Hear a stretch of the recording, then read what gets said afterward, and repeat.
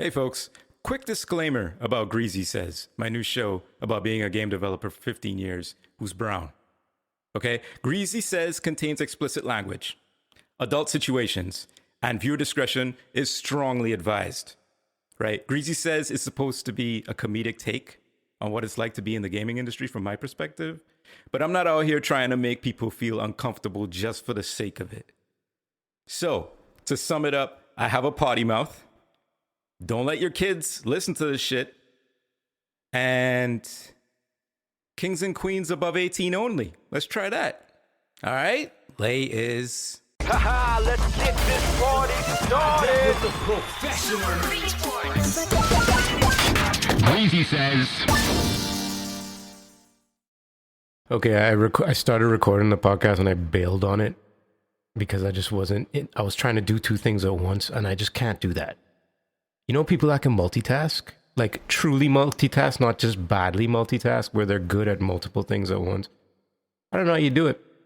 Is anyone actually capable of that? I've never met someone who's a really good multitasker. They say they're good at multitasking, but it's just they do two things shittily. Sorry if I called you out and you're that person. So I'm doing some adult shit right now. I have to like do all this trust stuff. If you don't know what a trust is, look that shit up, like a living trust or whatever. You do that when you have a family and you don't, if you die, you don't want to like fuck up everybody's life by being an idiot and not having your shit in order. You know what I'm saying? But some adult stuff, let me tell you, if you're young out there and you're listening to this, enjoy it, man. My mom used to tell me, enjoy your youth, because when you grow up, the shit goes sideways. It's not going to be as fun and you just have work. She was right. Mama was right. If you decide to grow up and have a family and do shit with your life, there is so much shit to do all the time. There's so much boring shit you have to do. Signing documents and spending hours reading documents. I'm not saying shit you enjoy reading unless you're into documents. You know, it's not like reading a fucking Harry Potter book. It's like legal jargon and like article Roman numeral XI and shit. Like, you know what I mean? It's fucking lame. But you have to do these things, as an adult. I guess you don't have to. You can just be a shitty... Well, again, you can be a shitty adult. But who wants to be a shitty adult? Not me. Welcome to Greasy Says. I'm going to go finish this document and I'll be right back. Hopefully I'll be right back. We'll see if it's like days later and I come back. Who knows? Yeah, that's going to take a while. So let me talk about some other shit. Because I'm going to procrastinate as much as possible, apparently. So, the gaming industry kind of sucks right now, huh? Yeah. Lots of people getting laid off. Lots of pals getting hit. Even the big heavy hitting companies, especially the big heavy hitting companies, are having to do some major slicing and dicing. It stinks when the industry gets like this, but this one has been maintained.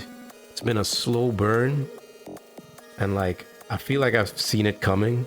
I was talking to a buddy the other day. How gaming is a luxury. One, it's also very expensive to make games, and to make games you usually have to borrow a lot of money. That's all publishing games, developing games, it's all just borrowing money and getting funding. Funding is everything. And for a while, if you know anything about economics or whatever, not that I know much, but they talk about money printing, and there used to be a more lax sort of what do they call it? Quantitative easing, right? So borrowing money was cheap. It was cheap to borrow money. So a lot of these gaming companies borrowed a lot of money and weren't necessarily profitable and kept borrowing money and growing their businesses and borrowing money. And now, for the last few years now, they've, interest rates have gone up and up and up. And it's harder to borrow money now. It's really expensive to borrow money now. And if you ain't profitable, shit's gonna have to get sliced and diced. And that's like, I guess, all business, as far as I know.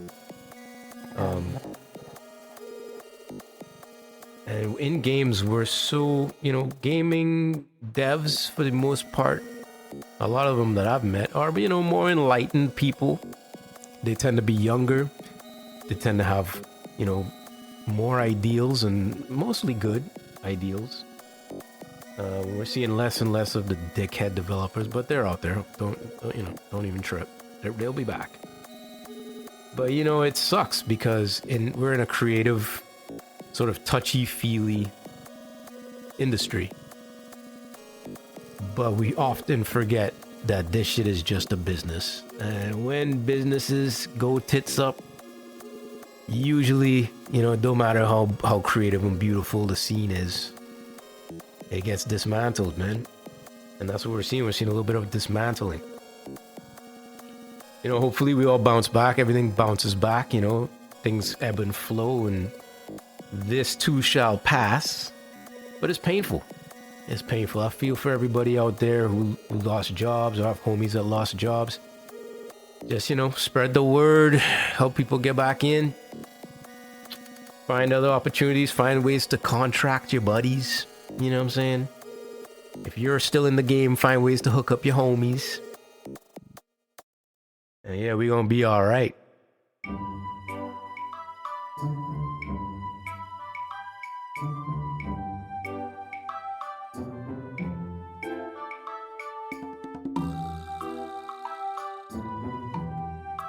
So, Palworld, huh? Okay. How? Okay. I'm trying to figure out how many lawyers were ignored during the development of Palworld. Did they have general counsel and they were just everything these motherfuckers say, ignore it. It doesn't matter. Because how is it you get so close to Pokemon and nobody's yo, Nintendo's litigious as hell. They gonna come after you. You have no idea. Here's all this evidence of Nintendo taking out civilians. You know what I mean? Left and right, cease and desist letters, lawsuits, etc. Nintendo don't fuck around. Mario's on the surface and Miyamoto's on the surface, but behind the scenes, them motherfuckers do not play when it comes to stealing their shit or their IP or anything they own or fucking with their tech, reverse engineering their tech. They will come for your ass. So how the hell did nobody on that team be hey? Maybe they did. And maybe they tested the game.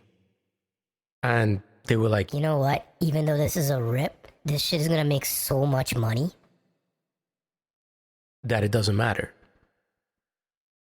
I mean, there has to be decisions made like that, where it's the amount of money you make is worth whatever lawsuit you're gonna get, whatever problems you may hit, the backlash will make so much money that doesn't even matter. I know for a fact that is how some businesses operate. And I know for a fact that some gaming companies operate the same way. So that's wild to me. Did they test the game and every time they tested the game, Focus tested the game, people were this shit's amazing.